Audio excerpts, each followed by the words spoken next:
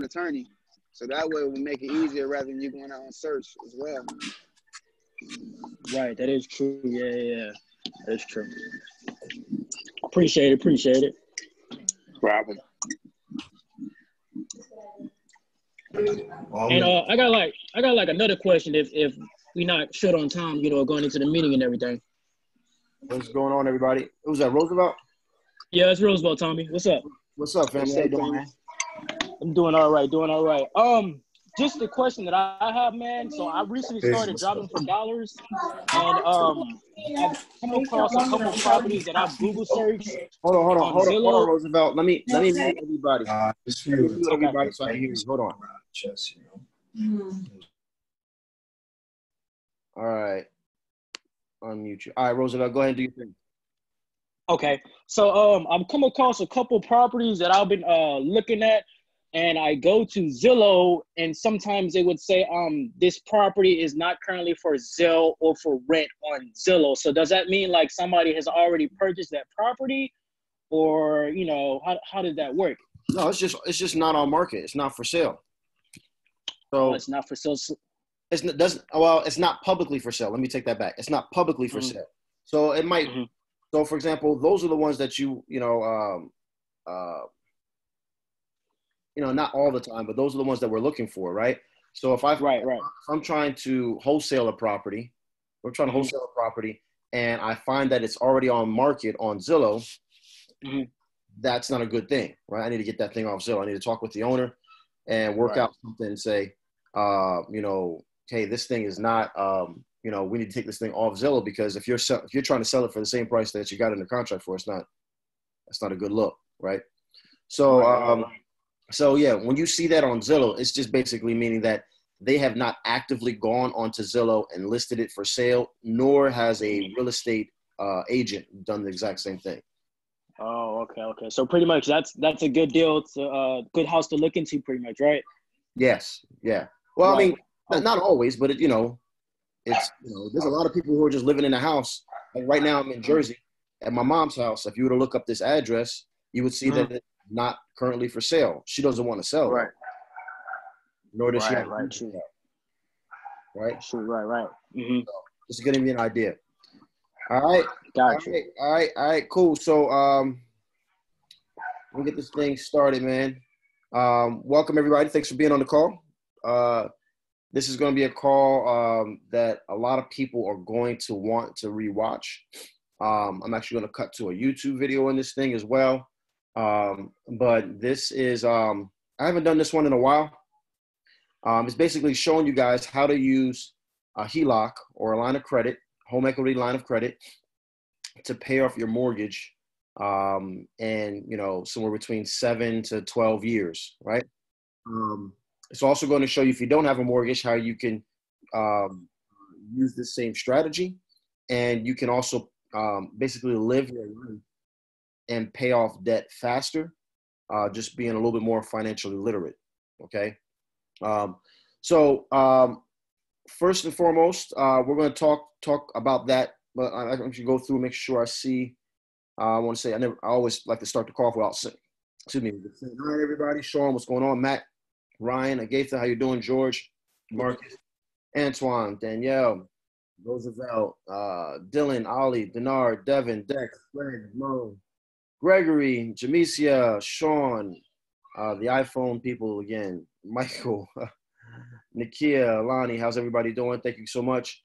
And everybody else that's joining in on the call. So first of all, we need to understand what a home equity line of credit is and what a line is. So just as in the name, a home equity line of credit is a line of credit, okay? There's a difference between lines and loans, Lines are revolving. So when you, and loans are not. So when you get that, anybody looking at getting that Tesla truck, the little cyber truck, anybody seen that joint? Look kind of crazy, right? You go ahead and say, you know what? I want to get the Tesla truck, and I'm going to go ahead and take this loan out, right? And you're paying your monthly payment. I don't know what the Tesla truck costs. It looks like it's expensive. Let's say you're paying $800 a month, right? I don't know. $800 a month on your car note, okay? when you do that, when you pay that $800 a month, you're paying interest and principal, correct? So your interest doesn't bring down your balance. So if the Tesla truck is, I don't know, $90,000, when you're paying your interest, that has no effect on your current balance. But that principal, that small part of principal, which is in the beginning is very, very small, starts to bring your balance down. So maybe it's a $90,000 truck when you roll off the lot and you pay your first $800 payment, and maybe $150 of that goes to the actual principal. So now your balance, if you were to pay that thing off the very next month, would be $89,850, right? So you paid $800 on your car note, but only $150 was applied to your principal to bring that balance down, okay? So that is a loan, all right? That is something that also when I pay that $800 and $150 comes down, I cannot reuse that $150, okay? I can't use it. So it's just basically there. And oh, sorry guys, you might hear some screaming. My mother just got home and realized that her grandkids were here. So don't be surprised if she goes through this. You cannot reuse that money, all right? It's gone. Now, with a line of credit, think of it just like a credit card, okay? So if you have a credit card, you know that if you go ahead and you swipe your card, let's say you have a $10,000 balance on your credit card and you want to buy that new TV, and you swipe your credit card and you put $1,200 onto your credit card, right? Now, instead of having $10,000 to utilize on your credit card, now you have $8,800 on your credit card, right? Because $1,200 came off, okay? But what happens is now you're making your credit card payment, and your credit cards are pretty high interest, right? So you're making your credit card payment and you're still dealing with the interest, but the interest on a credit card is different. All right, we're going to talk about that. But guess what happens when I eventually pay that $1,200 off? Do I have $10,000 to use again? Yes, right? Because I've replenished that balance, okay? So I can keep revolving. That's what's called revolving line of credit. I can keep using this credit over and over and over again, all right? So these are some of the things that we need to first understand, all right? We need to understand how we can utilize these lines to help pay off some mortgage, or and I'm going to show you later on how you can use this stuff to buy real estate, okay? You can purchase real estate with your home equity line of credit or just a line of credit, okay? And then you can do these things and go ahead and start to increase your rental portfolio. Maybe you want to use the money to get into another Airbnb because you need a couple $1,000s to do that. So this is a great tool to use, okay? So lines of credit. Let's get into this thing, all right? Lines of credit are open-ended, and they are calculated on a daily basis. So when we have a mortgage, our mortgage is amortized, right? The interest is applied to it on a monthly basis, okay? So we pay, typically most people pay once a month. And once they pay once a month, at the end of the month, all that interest hits, okay? Once that interest hits, it hits on a big chunk of cash. Let's just think about it. We got a $200,000 mortgage, and we wait to normally you wait 2-3 months on your first mortgage payment, and you hit that first month, and you pay your mortgage, and let's say it's $1,200. That's an example we're going to use here when we watch this video. $1,200 on your mortgage, on your mortgage payment. Now, it's $1,200 on a $200,000 mortgage payment. That's a lot of interest, even though your interest is smaller. So even though you have 6% interest, let's just say on this $200,000 on this mortgage, it's still $200,000. Okay.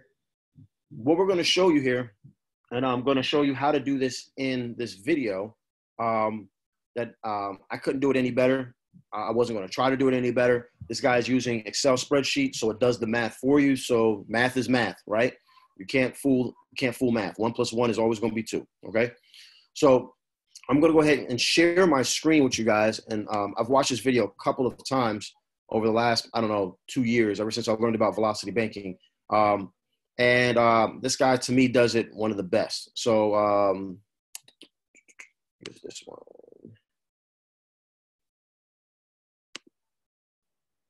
All right. Let me see if I can see somebody. Ryan, I can see you. Can you give me a thumbs up if you can see my screen here? Perfect. All right. All right. So we're going to go ahead and play this. The first one, he's just kind of talking about introducing himself.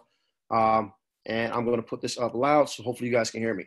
Ryan, Agatha, Marcus, and George, you guys are the only people I can't really see George. If you guys can, if you things get a little fuzzy or you can't hear, wave at me or something. All right. Here we go. So here is an amortization. If you don't know what that is, it's essentially how a mortgage gets paid down. It's beginning balance, and it just breaks everything down so you can see what you're paying and when you're paying it. So in my example, I said we'd do $13,000 chunks. You can see down here is this is the payment, right? So we had a $200,000 balance, scheduled payment of $1,200, and I said, hey, we're going to put $13,000 of that onto our credit card. We're going to have a chunk. We call it chunking. So then you come over here and you can see that we made a $13,000. There's $200 towards principal. Our new balance is $186,800. So we still have a total of about $200,000 of debt, but we got $13,000 on a credit card. We got $187,000 of it on our mortgage. So the question is, well, what about all that interest on the credit card? That was one of the questions that was posed to me that I made this video. Then we come over here, and this is we'll call it our amortization schedule for a simple interest line of credit. So $13,000 balance, $2,000 payment. This is our principal, right? And then here's our ending balance. You can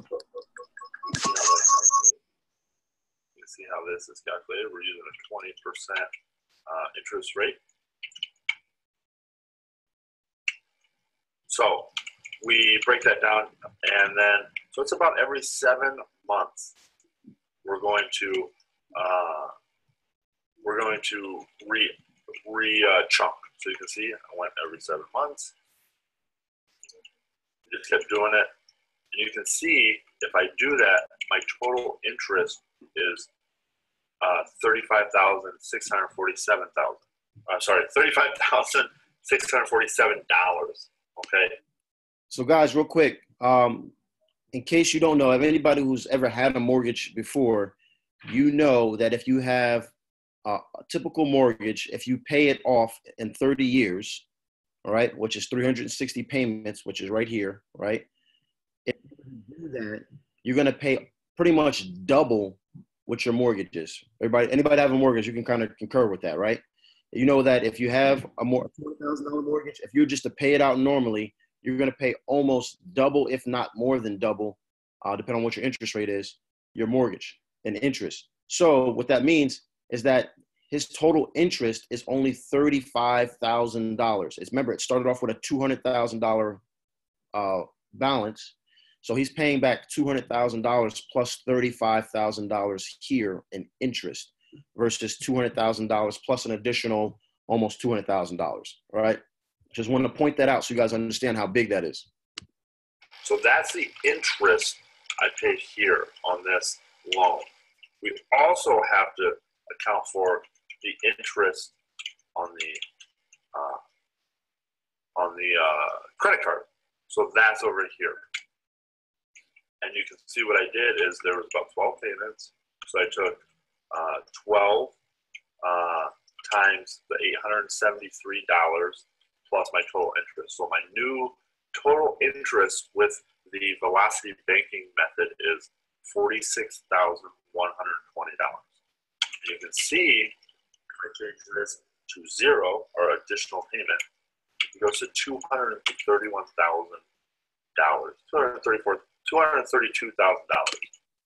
So instead of paying $35,000 on interest, you would pay $231,676 in interest for this same $200,000 loan. Guys, if anybody has a mortgage and you guys need to understand this, I'm gonna actually put the link in there. I want you guys to rewatch this thing to understand how powerful this is. All right.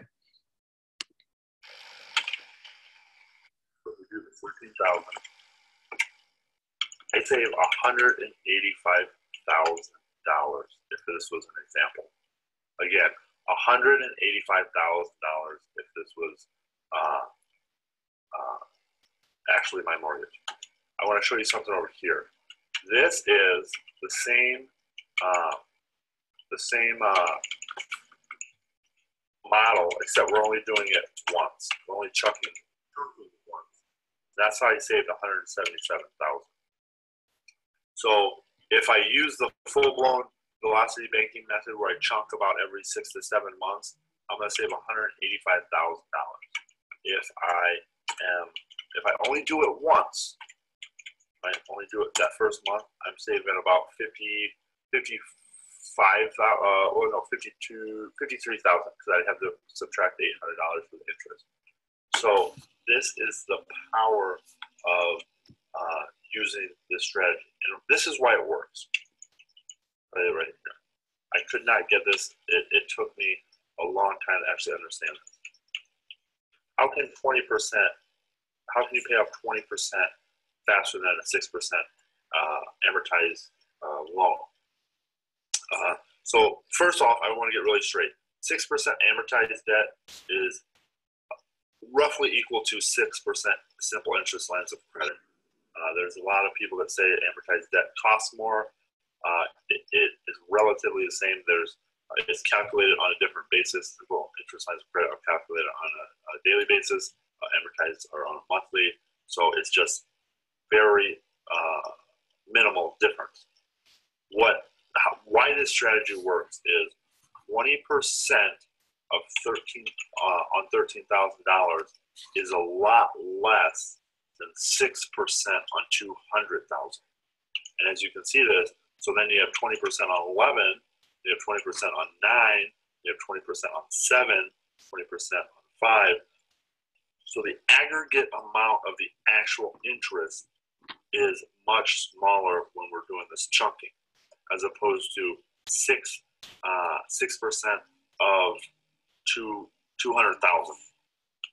And you can see this. I bring this up to 30%, and my interest is, watch this. This is my total interest paid. At 20%, it's $800. At 30%, it's 13. At 40%, it's 18.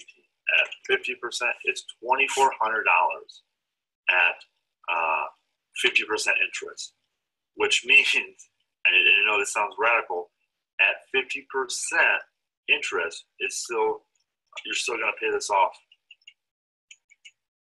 in a month. You're going to save $166,000. And here's the math. So if you have any questions, I would love to answer. Post your questions here. Check on our website. All right. Cool. So when you're, and like I said, let me see if I can post that in the chat right now. I think I still have it. No, it's not there. I have to go get the, I have to copy and paste the joint. So why is this, how can this help us? Why is this important? Okay. If you guys have any equity in your home, or you have access to a line of credit besides just a credit card, okay, you could utilize this, and you could utilize this to get yourselves into properties, and be able to just be more fluid with how you do, and more, what's the word I'm looking for? Purposeful on how you're implementing your money. Okay. So typically what happens is this, is that we have our, I'm gonna just call it, because this thing is hard to write with. So I'm gonna put this I as income. So if you're drawing this out, make sure you draw out income, okay? Typically is that you go to work, you get your income, that income then goes into a checking account, okay? All right, it goes into your checking account and it sits there. There we go. I'm gonna put check ACC, okay? It goes in here, and out of this checking account, we pay our bills, right? So in this box is all of our bills, okay? So we sit there and, our car notes in there, our mortgages in there, our entertainment's in there, gas, insurance, everything that we pay goes in there, okay? The problem is, like remember I said before, is that I pay that car note. I pay for those things. Once I get paid again, I don't have access to that money anymore, okay? So we have our income that comes in here. Let's say we have $4,000 in income, right, a month, okay? That goes into here, which is $4,000. Makes sense, okay? All right, and then let's just say we have, $3,800 in bills because we're living out here like it's our last, right? So we got $3,800 left after paying our bills, after paying everything that goes along with it, okay? So once we pay this, once we go to work, do our 9 to 5, 40 hours a week, we put that money in our checking account, we pay our bills, we have $200 left over, okay? So how can this help us? Let's just say exact same thing. Let me move this out of the way. Actually, make this smaller here. Okay, cool. The exact same thing. So we got our income, $4K, but instead it goes to a HELOC, home equity line of credit, or some type of line of credit. I prefer a home equity line of credit if you got one. Okay.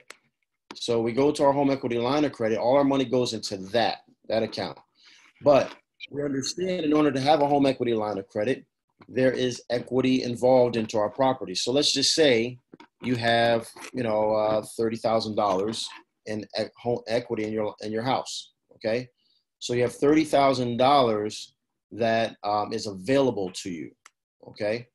This could be, you could remove the house, okay? And say that you have a $30,000 credit card, okay?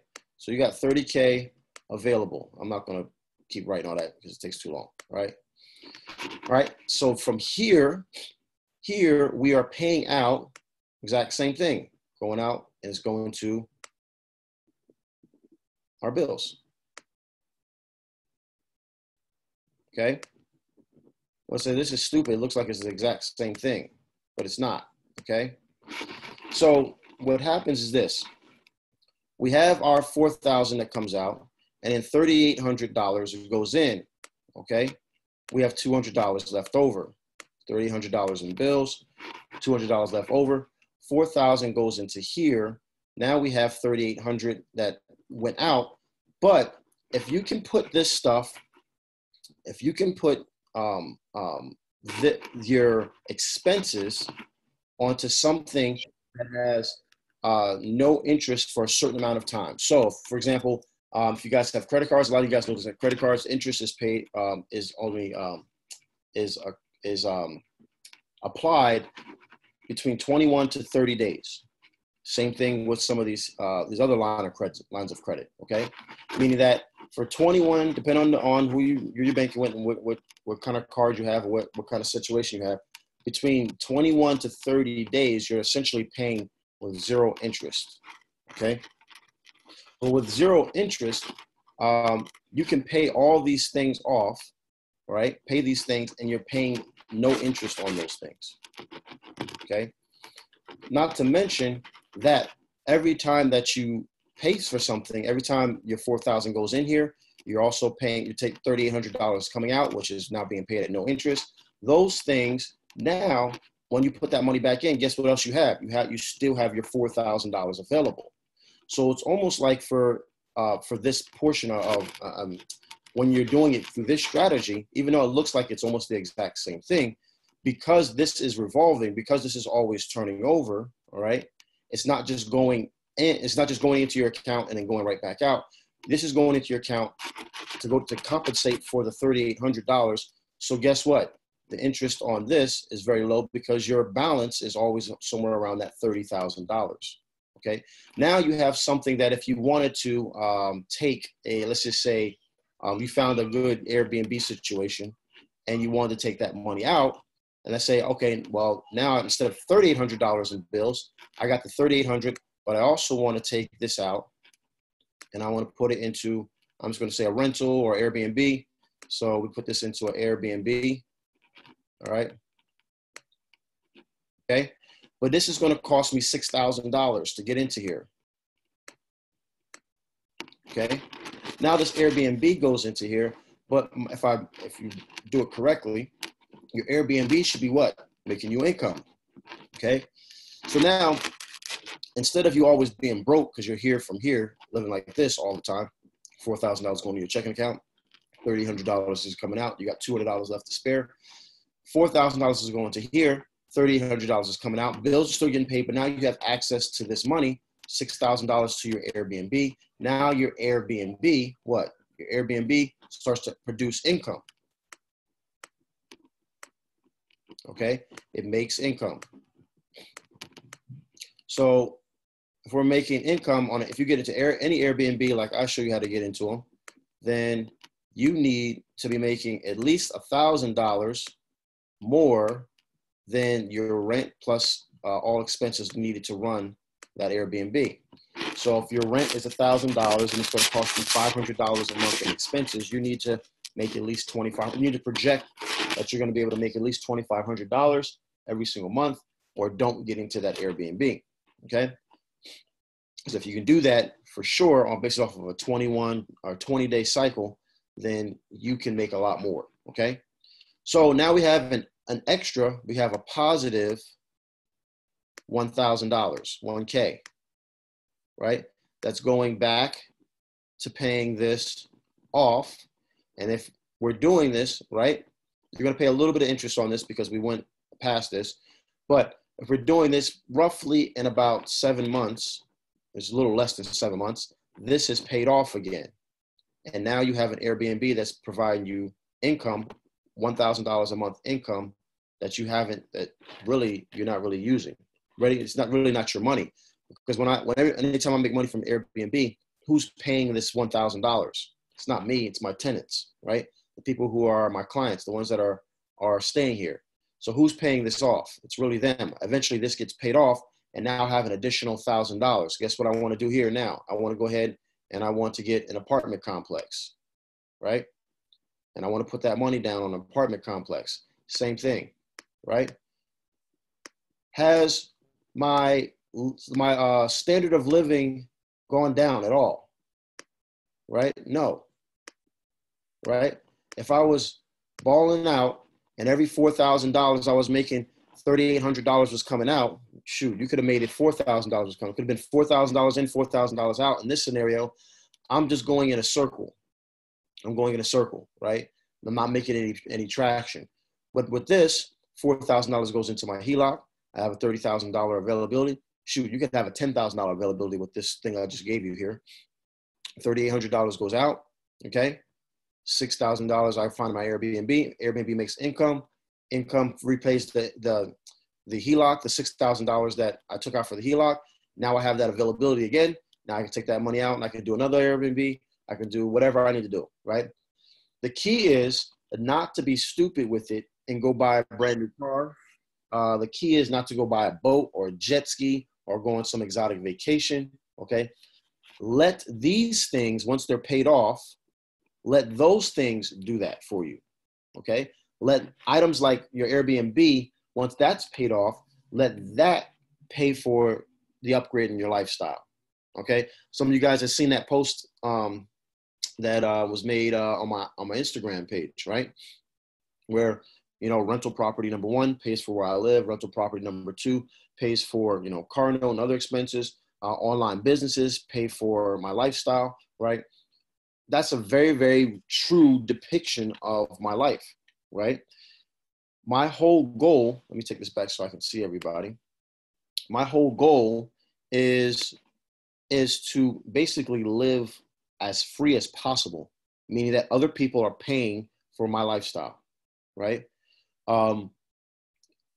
You do that by having assets that people want to pay for.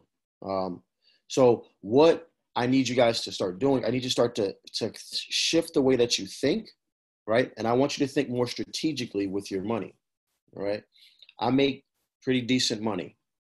I don't live crazy, right? I just got a nice little little spot in Buckhead, right? Nothing crazy, but it's a nice little spot, right? But it's nothing like I'm not balling out of control, because if I'm getting something, the whole reason why I got that place is because I said, well, I have enough other income coming in where that's paying for it, where I'm not actually having to work for it. I have other tenants that are paying for that place. I just happen to get the benefit of it because they're paying for it. I could have used that money instead of getting into another place. I could have used it for another car. I could have used it to go on vacations. I chose to use it to live in Buckhead across from Lenox Mall, right? So if that's what you choose to use it for, use it for that. But find a source of income, or find an asset that will pay for whatever that shiny new object that you want is. Okay, Grant Cardone says it a lot. I was kind of iffy about it until one of my properties had water leaks in it, in the ceiling, and one in the other one. And I was like, you know what? I kind of like the apartment style living, or renting, right? Grant Cardone, as much money as he makes, he rents where he lives. Okay, did you guys know that? This guy's hundreds of millions of dollars, probably approaching billionaire status. Okay, very flamboyant guy. Lives in Miami. If you don't know who Grant Cardone is the 10X guy. Look him up. Type in 10X. You'll see him. You will never not see him again, because they will attach a pixel to your to your Facebook page and YouTube page, and you will see him forever. Okay, but super uber successful. Has millions. Like, could go buy any house in anybody's neighborhood 10 times over on this call. Okay, and he still rents. And he preaches it. He says, rent where you live, own where you want to rent. So he rents where he lives. So he lives in I'm assuming, very, very nice area in Miami or Broward. Okay, probably spending $30,000, $40,000 a month on rent. Okay, but he owns large apartment complexes. So he's not paying that $30,000. I remember I heard one episode he was staying in Colorado for a couple of months, and he was paying $70,000 a month in rent. Okay, people were like, "Oh my gosh, you're just throwing money away." That episode was so enlightening to me that it completely changed my mind, because when he broke down how much the individual, because he was living in, it was just like him, his wife, and his daughter, and like personal chef and stuff. He didn't need a house that big. The house was ridiculously huge. Okay, but the person who owned that house, their mortgage payment and what they pay on upkeep, right? He was explaining, because neither one of us nobody on this call is on that level. If you are, then I need to holler at you. So he was breaking down what it cost to own a property like that. He said what it costs on an annual basis to own a property like that. And when you get to a level of wealth like that, you don't just have one property. You don't stay in it the whole year. It's not like your normal house. Okay. He said what it costs. He's like, why would I ever pay that when I could just come here, enjoy it for 3 months or so, and then move on to the next one, right? I'm not going to stay here forever. I'm just going to be here because it's peak skiing time season, and I want to bring my family here. So yeah, I'll pay $70,000 a month for 3 months or whatever long he stayed out there for, and then I'll move back to my little my little, 15,000 square foot mansion in Miami, right?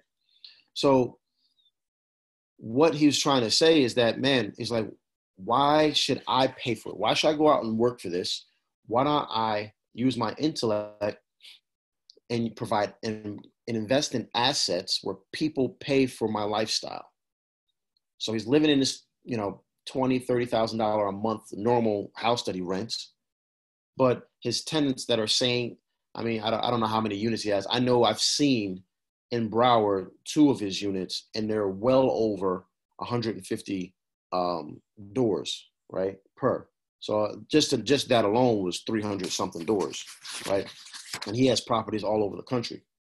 Okay, so he has those, and all those doors are paying rent. I think I heard one episode he said his average door is about $1,200 a month. Okay, so imagine having a couple of thousand of those. Now, all that money doesn't go to his pocket, right? You guys know we got to pay expenses, we got to pay people and stuff like that. But he's doing well enough where that money is coming in and providing him rental income. Okay. Now, first of all, let me see. Does anybody have any questions on this? Let me go to the chat. And you guys can raise your hand too if someone hasn't. God makes anything better than compound interest. He kept it for himself, most stupid. What kind of bill is that? What kind of bill? I don't know. Denard, if you can clarify that. Make sure you're good with your money and use the strategy for assets and not blow. Yes, for sure. That's exactly what I said, Sean. Can we get it uploaded this evening? Shoot, I'll upload it. I'm gonna have to watch this 6 times. All right, I got you. I will upload it tonight for sure. I promise you that. As long as Zoom gives it to me tonight. Why does he rent? I don't know if you said that before I answered that or after. Yeah. Oh, it was after. It was after? Okay, yeah, so he rents. It's a good question. So he rents because home ownership, a lot of people think of home ownership, oh, my home is free and clear. No, not in this country. Okay. I had a friend of mine, it's a weird name. I don't know, it just stuck. He was in Special Forces. His name was Booger, right? Everybody called him Booger. He loved it. I don't know. But that's why he moved to Panama. He said he hated the fact that he paid his house off and he's still paying on it. I said, what do you mean by that? He said, my taxes keep going up.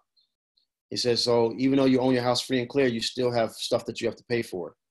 So even though you work 30 years, you pay your house off, you're a good person, you never miss a payment, you still have taxes you have to pay for. So you think that it's free and clear, but it's not. You still have maintenance, right, that you have to pay for. Just this last year, one of my places, I had to spend I spent probably about $8,000 on maintaining that house. Okay. That was just unplanned. I wasn't planning on spending that money. Things just broke. Okay. So his point to it is that he's going to pay something anyway. Okay. He's going to pay either a mortgage if the house isn't paid off, or if the house is paid off, he's still going to be paying taxes and maintenance on it. And he likes the freedom of not having to worry about if things break. So I think I told you guys a while ago, one of my properties, my air conditioner went out. It was crazy hot in there, right? It was like $5,000, just out of the blue. Well, if you're renting from someone, that's no longer your responsibility, right? You're renting from a reputable tenant or a landlord, excuse me. They're getting that thing fixed pretty quick. So his thing is that he's not paying for it anyway. So why should it matter? You understand, Dex? It's not money coming out of. It's not like he's going to work at a 9-to-5 job and having to earn that income, because he employed investment strategies to earn income to pay for that. That's a okay, Sharice. That's why he does that. Okay. Did I answer your question, Dex? Yeah. Thanks. I understand now. Okay, I got cool. it. Mm-hmm. My neighbor's a neighbor rents but owns several quads. Yep. Yeah. Sharice is absolutely right. I understand now. It makes sense. Okay, cool. All right, Matt, and then I got you, Sharice. I saw Matt's hand up first. Hey, what's up, Tommy? What's up, man? You might have answered this, but I'm just kind of want a little more clarity on it.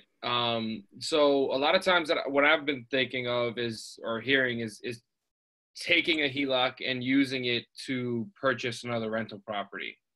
But what you're saying here is kind of expanding upon that and using that HELOC to using it more than just that initial purchase of a property. Is that the best way to go about it, or is?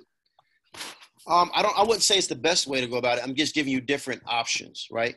Because there's a way right now. For those of you who have a mortgage, right?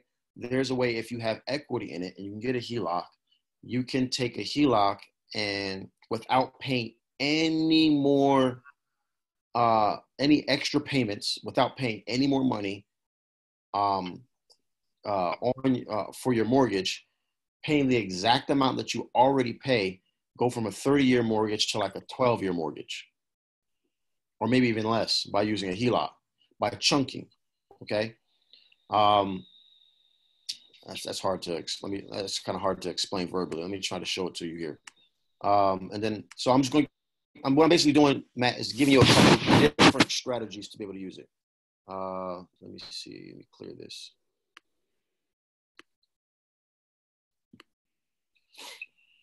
Okay, so $200,000 mortgage,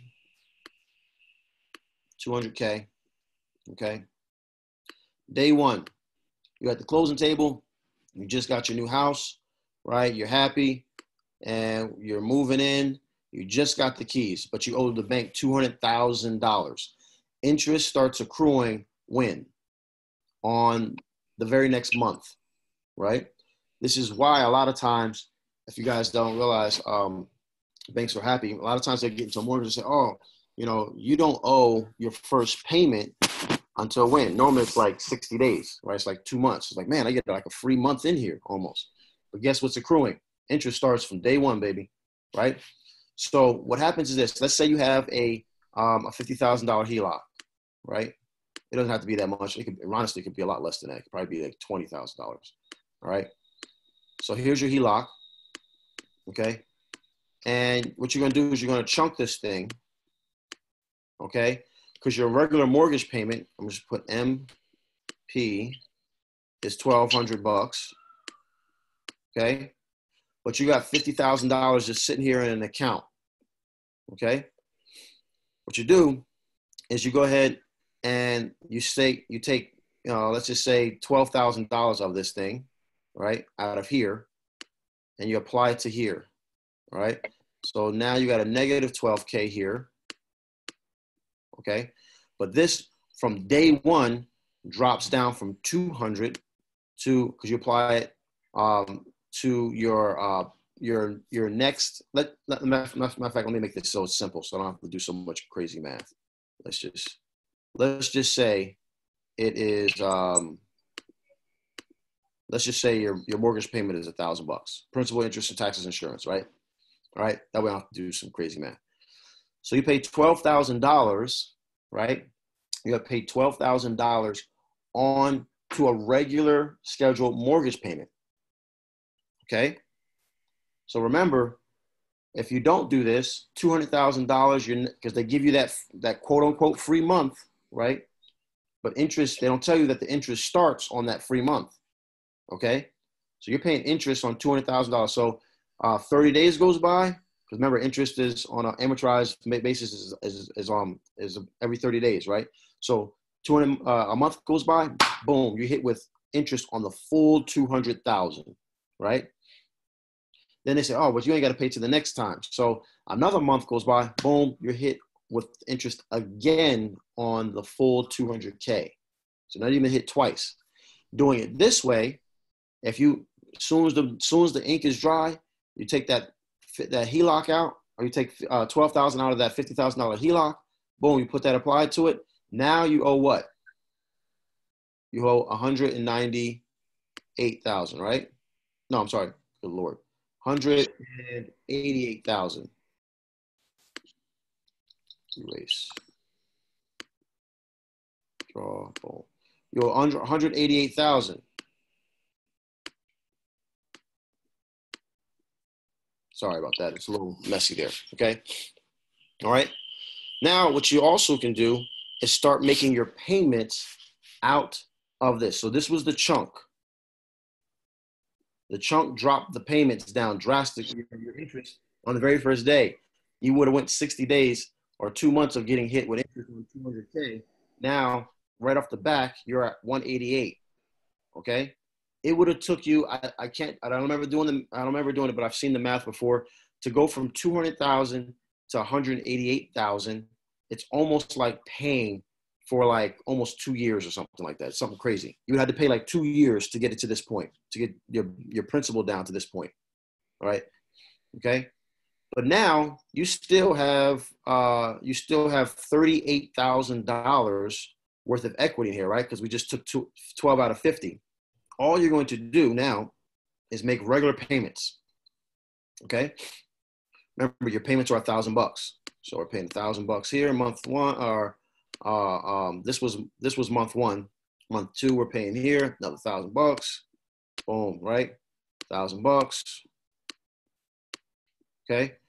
And all you're doing is doing the exact same thing that I did before, is that my income comes in and I just put back into the HELOC, right? So every, let's just say 7 months, let's say it kind of works out to the same math. Every 7 months, this is getting paid off. I think in that video, it was $13,000. But in this one, we're saying $12,000. So roughly every 7 months or so, this is getting paid off, right?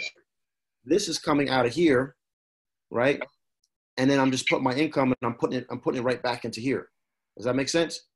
So every 7 months, I'm paying that money back off, and then we can chunk again, and then we chunk again, and we start drastically pulling down the balance of this thing over and over and over again. And eventually you look up and it's like, wow, I'm done at year 10 versus year 30. You guys see that? And I don't know if I drew that out direct, where you guys can understand that. Let me see. You guys get that? Kind of. Some people are getting some thumbs up. All right. I'll try to find some other videos for you guys to watch. Let me see. Hey, Tommy. Yes. Hey, so what everybody can do is, if you can go to any bank account, Bank of America, Wells Fargo, any of those things, and just type in amortization table, and it will show you like what's your amortization if you have a mortgage, and it will give you a breakdown of where every single payment that you make and what is going to interest, what is going to principal. So then you can kind of get a better idea on what Tommy is talking about when it comes to, you know, taking that $12,000 and putting it straight towards that $200,000, and you can see for yourself that is how much interest is gonna take off of there. Yeah, so you can just go to any bank account and just pull it up. Just go to Google, type in amortization table. It's crazy. It's really crazy. You know, you can even do it in Excel. Excel gives you a free amortization. If you have access to Microsoft Excel, you can do it in Excel too. There's an amortization calculator in Excel where you can play with with your interest and payments and all that good stuff. And you should be able to do that in Google Docs as well. So all these things you guys can do, but I want to make sure that you understand this, is that I don't want you just to use this like I just showed you there, like that example that I just showed you on the whiteboard, right, Matt? That's just the normal Joe Blow person who wants to, not an investor. They just want to get their, house paid off in 12 years, right? What I'd like for you guys to see, and I'm just living example of this. I'm telling you, like, if you start to change the way you think, every dollar that you spend should not come from your labor. All right. So I want you to really think about, like, man, okay, some of you guys already, it's too late, right? You got a car note, cool. it is what it is, right? But you should be thinking, how can I create something where that other thing pays for my car note?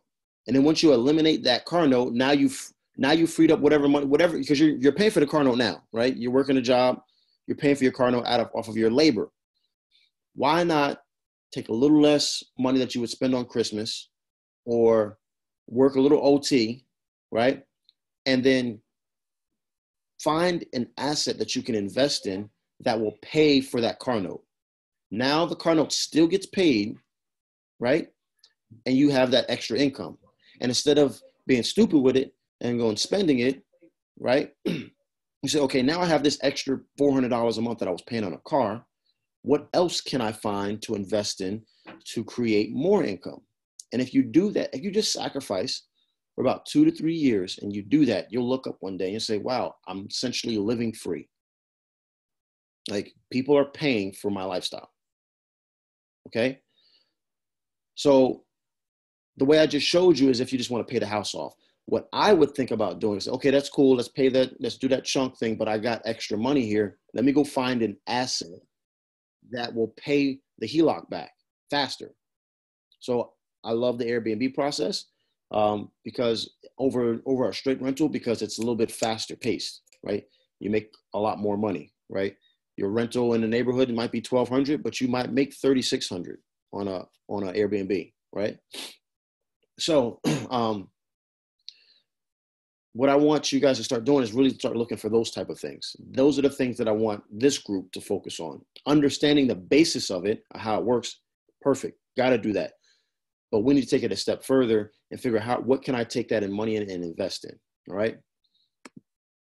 All right. Cool. But this can only be done if you have a property with equity already. If you use a HELOC, you can also use a line of credit and do the exact same thing.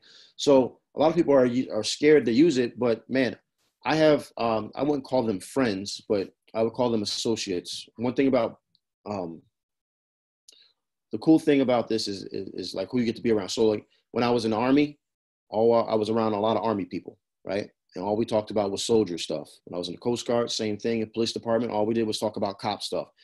Because all I do is entrepreneurship, I'm always around entrepreneurs, right? Sometimes so much so that it's hard for me to relate. I have to kind of remember, okay, you weren't always like this. And I have to kind of take it back a little bit, right? But because of that, I was around this one guy who essentially completely lives off of credit, right? Besides, he does teach people how to do it, but he pretty much lives off of credit. And I'm like, well, eventually that thing catches up to you. And he's so smart with it, with the decisions that he makes, what he buys and what he doesn't buy, and the cards he uses to buy them, the points, and how some of these things give cash back and all these other things. Like, he essentially lives off of the credit cards, right? And people say, well, that doesn't make any sense. But the way he does it, it makes perfect sense. He lives a very nice lifestyle as well, right? He doesn't work for anybody. He does, like, I have a course where he teaches people how to do it. It's, if you learn how the system works, you can take credit cards and use those high interest rate credit cards, use that to acquire assets that are going to outpace your interest payments, to pay that interest off, and now you have the asset paying you. In case in point, so you have a $10,000 line of credit with a credit card, MasterCard, Visa, American Express, whatever, and you need to get into an Airbnb, and you're going to spend some of that money on furnishings, right? That's easy. That's just a swipe, or on Amazon, whatever. But your rent payment is not going to be able to be paid by a credit card, right? So you're going to have to take that out in cash. So let's say it cost you $2,000, $1,000 for the first month, $1,000 security deposit, okay? So you take that $2,000, that's a lot more interest than normal, right? But let's say you spend a total of $5,000, and your interest, because some of that was on the actual cash, let's say your payment on that is something crazy. Let's just say it's like $800, right? Like ridiculous. Like, I don't know what your interest rate is. It's probably like 72%, right? Something ridiculous for you to take out $5,000 and your minimum payment is $800, right? But again, if we're using if we find the right type of Airbnb that's making us at least $1,000 or more, can I pay that? And can I have money that goes towards, I could have extra money going towards it, right? Because I'm making at least $1,000 more. My payment is $800. So eventually that thing gets paid off. And what happens? Now I'm left with what? An asset that's performing. So if you don't have a house and you have a line of credit, you can do the exact same thing, right? No problem, Ryan. I appreciate that. HELOC has tax advantage as well. Yes, very good. That's very true, Mo. Do you have to get a credit approved to get a HELOC? Yes, you do. That's going to, with a HELOC, it's mostly, I'd say it's probably about 60-40, right? It's more about the asset, but your credit is also going to play about how high of an interest rate you're going to pay.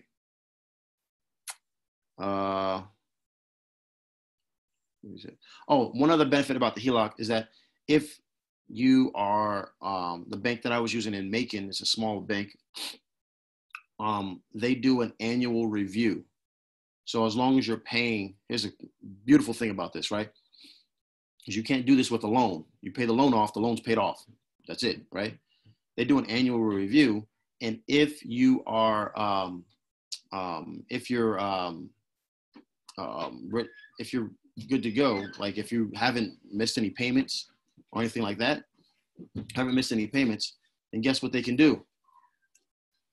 They can up your line of credit, because it's just a line of credit, right?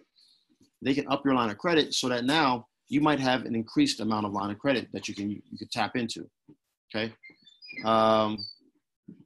Chanel says, what happens to a HELOC on the market? Of the market crash, do you lose equity or become upside down on your mortgage? That is something that the bank would have to eat, because you still have that line of credit. Now, certain banks, I know that they can close an account, but they cannot, they can't penalize you for using. So let me just go back to the example. We got a $50,000 HELOC, right, Chanel? $50,000 HELOC, and then the market crashes, and now, but I've already used $20,000. So I have $30,000 left, but I've used $20,000.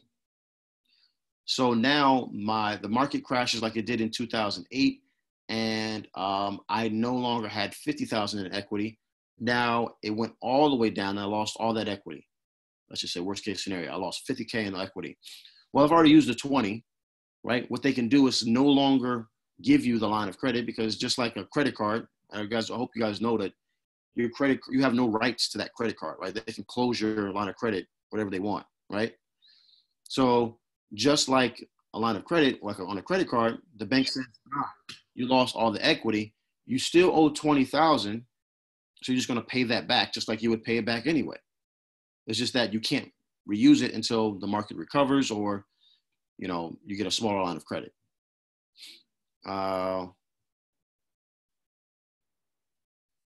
Yep, Antronique, yeah, using points on, it's crazy.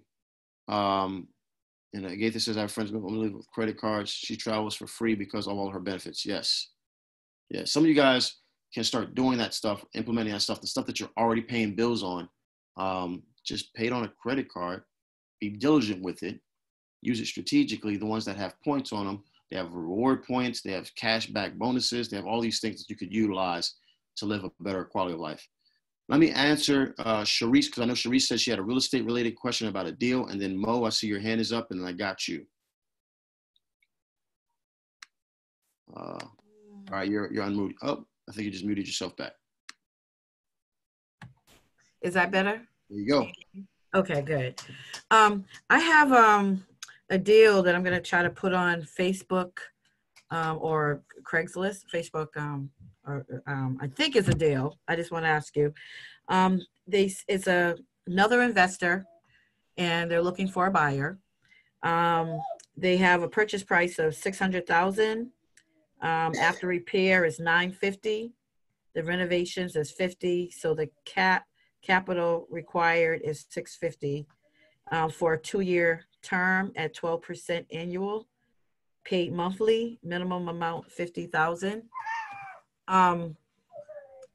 Would I get, if I get a cash buyer, would I get somebody who, am I looking for just cash buyers to purchase this, or how do I JV? Because they said they're looking for partners, so I can joint venture this. Like if I get them the What type of partners are they looking for? Are they looking for cash partners or? They just said partners are welcome. They said this is the latest deal we have under agreement and are welcoming partners. Okay, so you need to identify what type of partners they're welcoming, because they might be looking for, not for wholesalers, but they might just be looking for cash, for money, right? Don, who teaches the course, the Raising Private Capital course. Okay. He was looking for a partnership for this $100 million property, right? Okay. But you needed to have I forgot how much, like a minimum they were going to put in was like 250 or something like that. Okay. Okay. I ain't got it, right? No. So, no, I don't have. That's the type of partner he was looking for. So, you got to identify what type of partnership is. So if let's just say best case scenario that they're looking for, they don't care if you're bringing a partner into the deal. Matter of fact, Don did this with me with another deal where he was like, man, if you find someone, you can get like a finder's fee. Like basically they would pay me a finder's fee, right? Okay. Find someone to bring in the money. So, so that's might be something but you'd have to call them to figure that out. Okay. Because it's complete. You're not going to use that JV agreement because this doesn't sound like this is a wholesale deal. It doesn't sound like it is. Now, if it is, then use the JV agreement and then do the exact same thing. Nothing changes. Right? Well, the person will be assuming 2 properties to flip per year in a 1-year term. That's what it says. Yeah. So from what you're reading, it does not sound like this is something that they're looking for an extra wholesaler on. It probably doesn't even have a wholesaler on it at all. It sounds like they own the property and they're willing to do some seller financing on it, right? I see. That's what it sounds like, because they're saying, hey, it's worth $900. We're asking $600 and it's going to cost $50,000 to repair. And we're looking to extend that at, what did they say, 12% interest for 24 months or something, right? Right. Sounds like that's the seller. And he or she is willing to self-finance it. Oh, I see. I know they mentioned South Coast Capital offers the property. Investors makes investment for a 1-year term. Yeah. All right. Call them, see what type of partnership they're looking for, and then go find 2 more regular wholesale deals. Okay. Okay. Don't spend so much time on it that it eats up all your time and you don't do anything else with it. Okay. Okay. Because they're like my neighbor. I met them at one of the RIAs. So they keep sending me deals or sending me something to look for. Because I have people that are looking. I have just one other question. I have a gentleman that he's about to lose his house. He owes $5,000, I think, in back mortgage. Okay. What strategy could I use to save his house, or is it he has to have this done by January 1st? He waited to the last minute to. So you haven't given me enough. He has a FHA. That's the problem. So, because I was gonna have them deed it to me, and you do a lease option or something, but no, that you can't. It would be a subject too if he's going to deed it to you. Okay, so it will be a subject too. Correct. Okay. He said that's out because it's a FHA loan. So you can't. So all right. So number one, you haven't given me enough information to kind of tell you what you should do with it.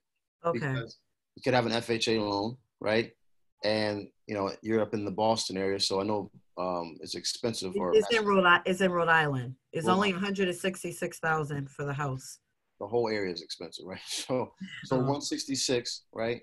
Right. So what's the ARV on the house? Okay, then that's what I have to look. I was gonna look for that up. I know his mortgage is $1,300 a month. So anytime, and this doesn't just go for you, Sharice, anytime anybody asks me a question about a property or a deal, don't ask the question unless you know the ARV, because I can't help you. There's no way I can help you if you haven't. I should have looked that up. Okay. Yeah.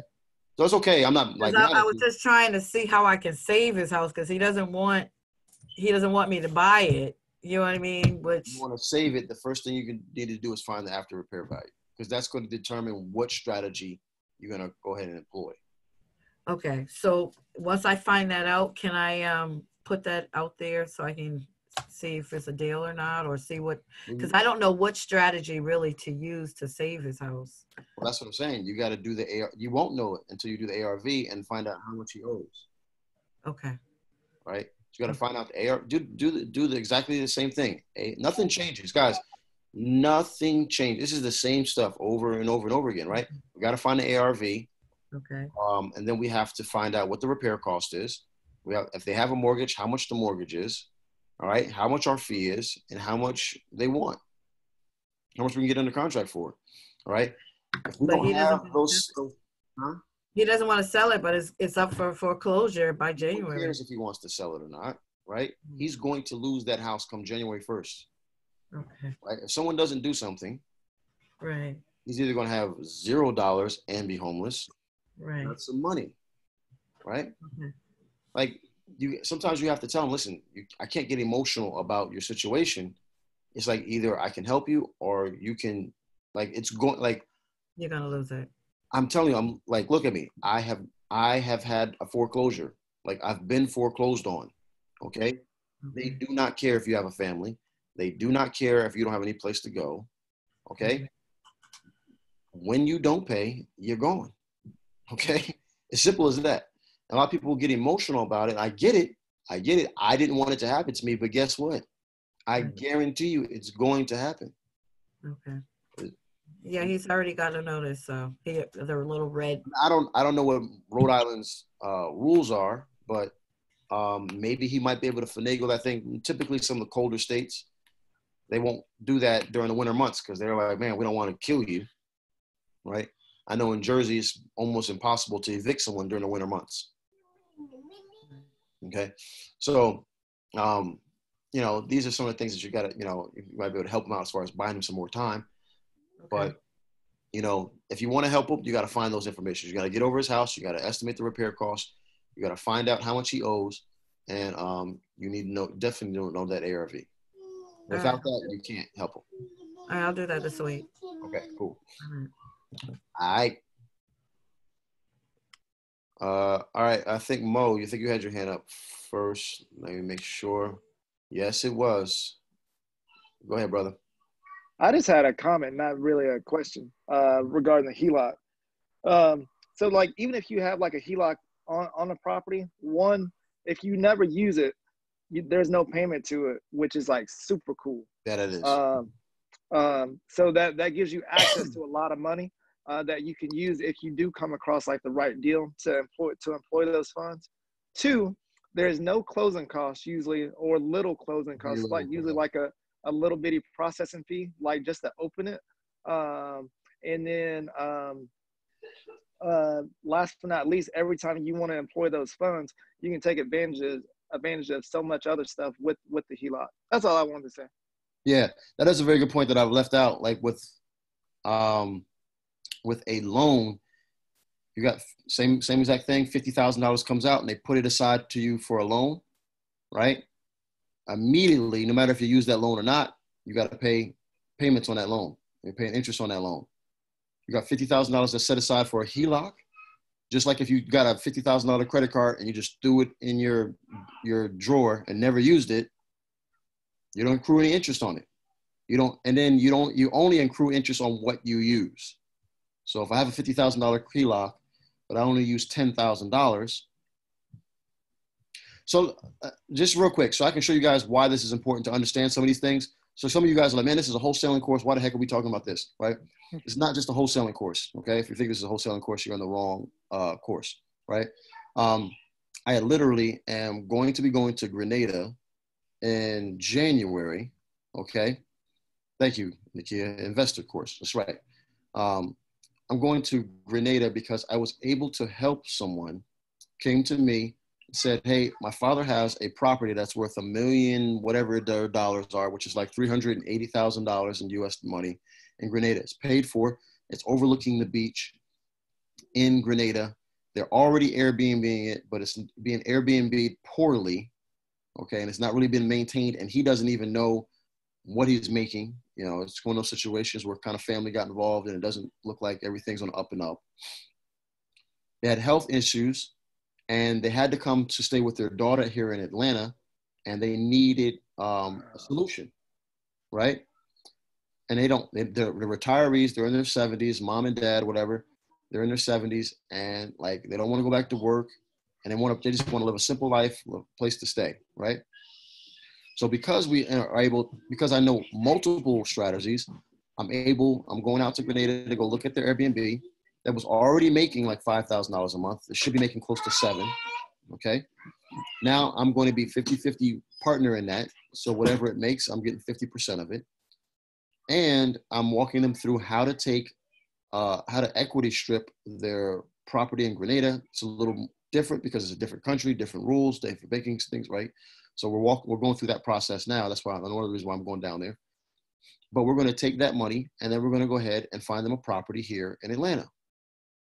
All right. And I'm going to help them get in FHA because even though they're elderly, they cannot be, what's the word I'm looking for? Not segregated, discriminated against.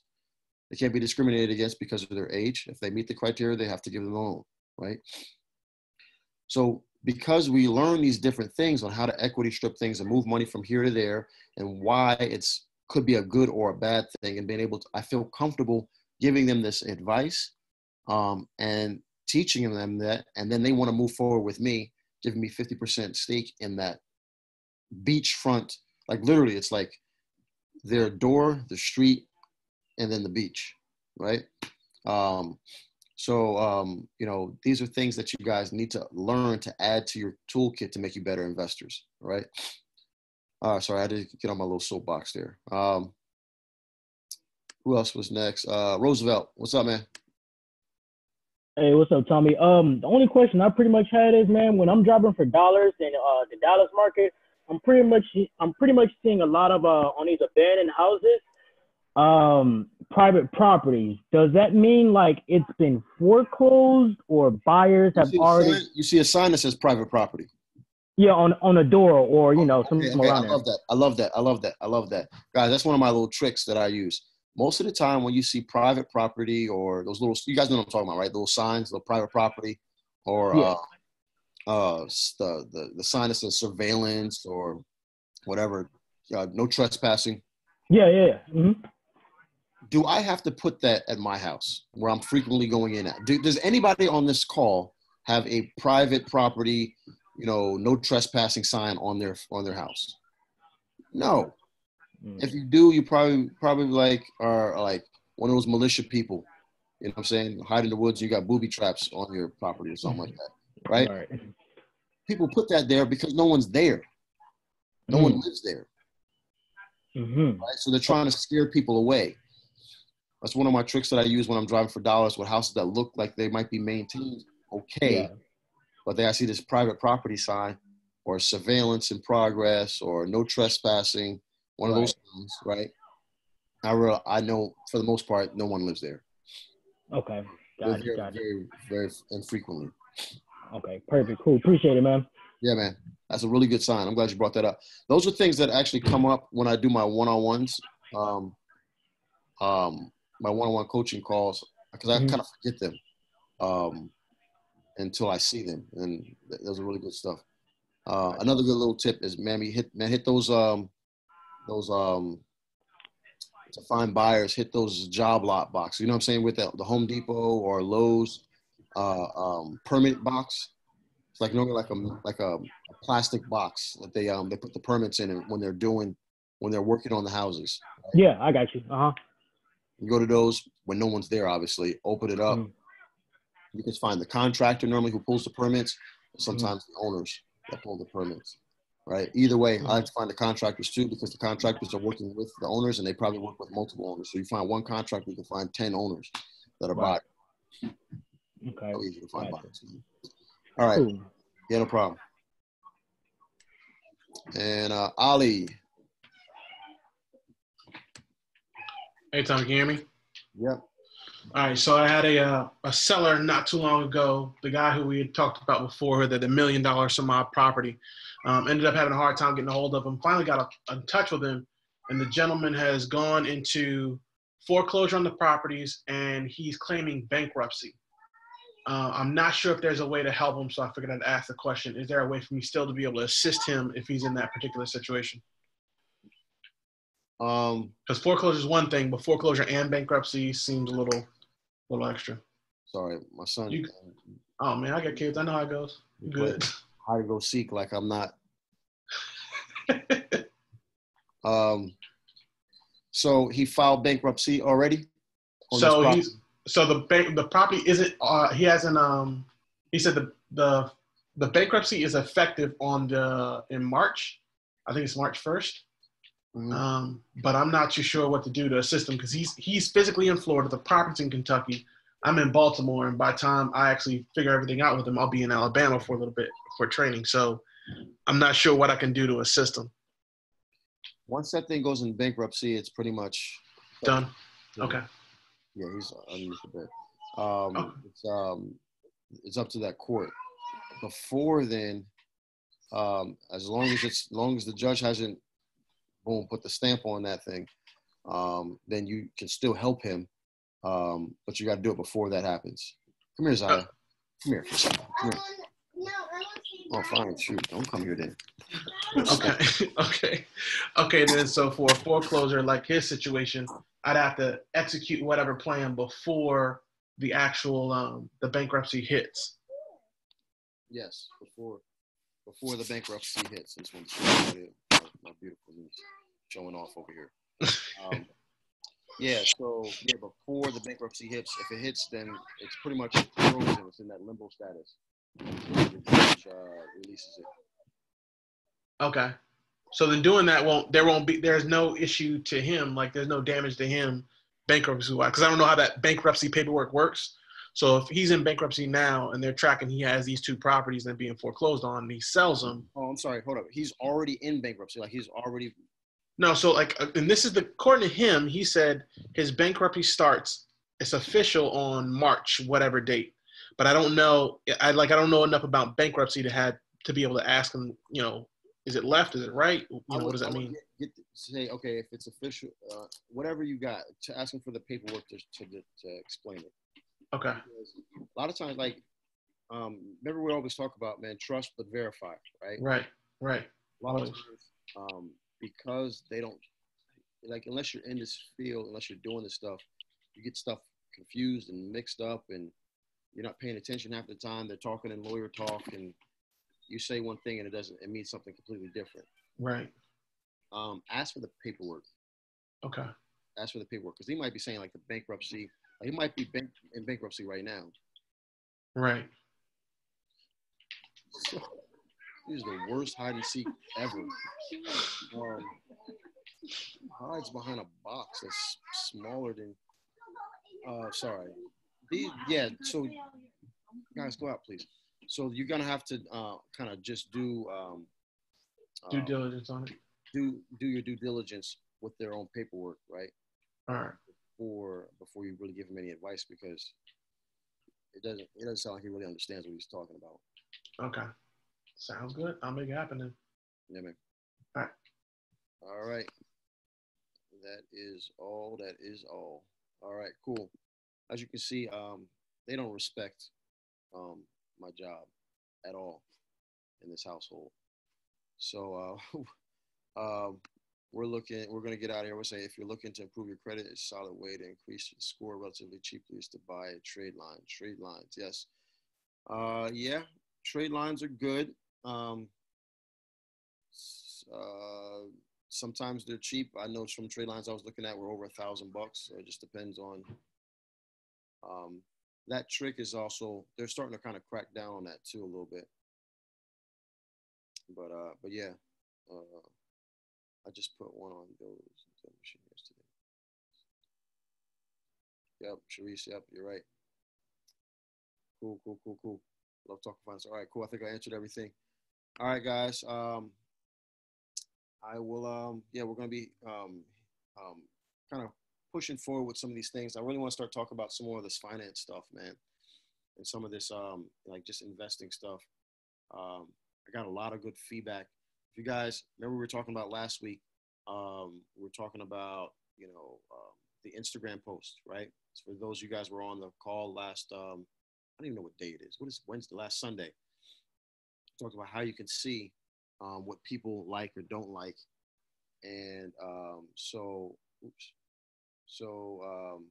when I did that, this post here, which is why we're talking about it today, that post here